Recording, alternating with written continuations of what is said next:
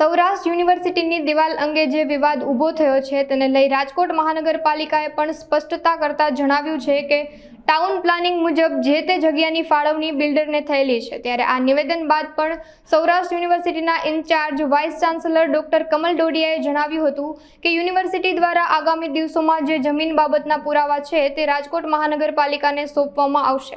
એટલું જ નહીં, તેઓએ જણાવ્યું હતું કે જે માપણી કરવામાં આવી છે તે યુનિવર્સિટી દ્વારા વિગત પણ કોર્પોરેશનને સુપરત કરાશે।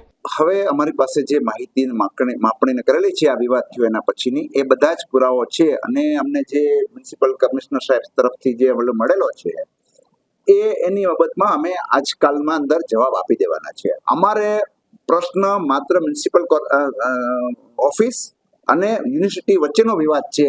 અમારે જે બાબત છે એ અમે મ્યુનિસિપાલિટીને જે પત્રના વહેલામાં વહેલો જવાબ આપી જ દેશું અને એના પછી જે જવાબ આવશે એના ઉપરથી અમે આગળ પર વિચાર કરશું। એટલે જે કંઈ થયું છે અમારી બાઉન્ડ્રી વોલ તોડી છે, પેલા જમીનનો વિવાદ તો ઉકેલ આવશે, પછી તેની સાથે સાથે ઘણા બધા ઉકેલ આવી જશે। થઈ ગયેલી છે, અમારી પાસે એના બાબતો તૈયાર જ છે। ગયા વર્ષે જમીન માપણી થયેલી જ છે। એટલી વસ્તુ છે, બધા વિદ્યાર્થીઓ પણ ક્વોલિટીની અંદર કોમ્પ્રોમાઇઝ અમે કરવાના નથી અને કોમ્પ્રોમાઇઝ નથી થવાના, એ માટે વિદ્યાર્થીઓ પણ બધા રાજી છે। પણ એમની જે આગળના બાબતોની અંદર જે દલીલ છે એ દલીલની અંદર અમે તથ્ય જણાય છે કે ભાઈ આવું કેમ થયું એની અમે તપાસ કરશું અને જો એમ લાગશે કે આ તરફથી કંઈ અમે એમને કાયદાકીય રીતે સારી રીતે યુનિવર્સિટીના નીતિ નિયમ પ્રમાણે એને ફાયદો થતો હશે તો 100% અમે આપવાના જ છીએ।